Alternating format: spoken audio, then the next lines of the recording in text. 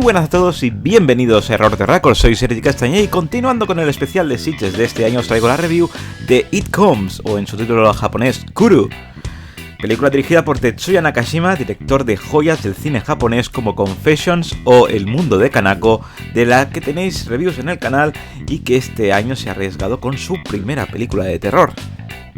Hideki y Kanna Tahara son una pareja de recién casados. Hideki está realmente emocionado por su nuevo futuro que le depara junto a Kanna. Un día una misteriosa persona visita la compañía en la que él trabaja y pronto recibe el mensaje de un compañero asegurando que la persona en cuestión se llama Chisa, algo que le impacta a Hideki ya que Chisa es el nombre que tanto él como su mujer han elegido para el bebé, pero solo ellos están al corriente del embarazo de Kanna. En cuestión de días, el compañero que transmite el mensaje fallece bajo extrañas circunstancias y la vida de Hideki cambia por completo desde ese momento en adelante, viéndose implicado en una serie de misteriosos acontecimientos de los siguientes 2 años de su existencia. El año pasado, cuando veía la programación, buscaba si el festival había conseguido el preestreno de It Comes o Kuru, ya que le tenía muchísimas ganas y ya que se estrenaba en tierras niponas pocos meses después, y buscaba y finalmente hemos tenido que esperar un año más para ver si It Comes mantenía el tipo o si bien se había pasado de flipada al pasarse al terror. Y si buscáis por las redes sociales veréis que hay muchos que la veneran y otros tantos que las odia, pero ambos extremos eran y son fans del director de Confessions, pero si me pedís mi opinión, sois los que se ha rendido a sus pies, pero con algunos peros. Lo mejor de It Comes es que Nakashima sigue afortunadamente con un estilo visual poderosísimo y una edición no apta para gente que le dé por divagar,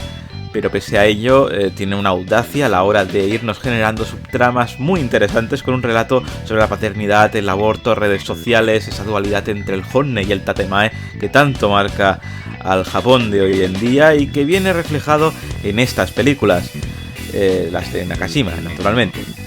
La mención especial es para la pequeña Ai Yoshida, la pequeña que pasará penurias y nos generará algún otro susto, pero que ante todo se vuelve una auténtica robaescenas. Es curioso porque en descubrir actrices noveles y sacarles todo su juego interpretativo, Nakashima es el rey. En su película anterior fue descubierta Nana Komatsu, que aquí repite en el reparto haciendo de una joven exorcista.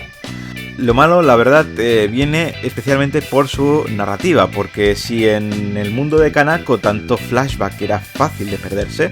aquí Nakashima eleva el desorden narrativo para generarnos una serie de giros de guión que sorprenden a muchos, me incluyo, y que a muchos les van a desconcertar y hacen desconectar a muchos otros en muchas ocasiones. La introducción de subtramas, aunque interesante, se puede volver en su contra por esa narrativa algo densa y de la que uno piensa que debe volver a verla para acabar de remontar el puzzle,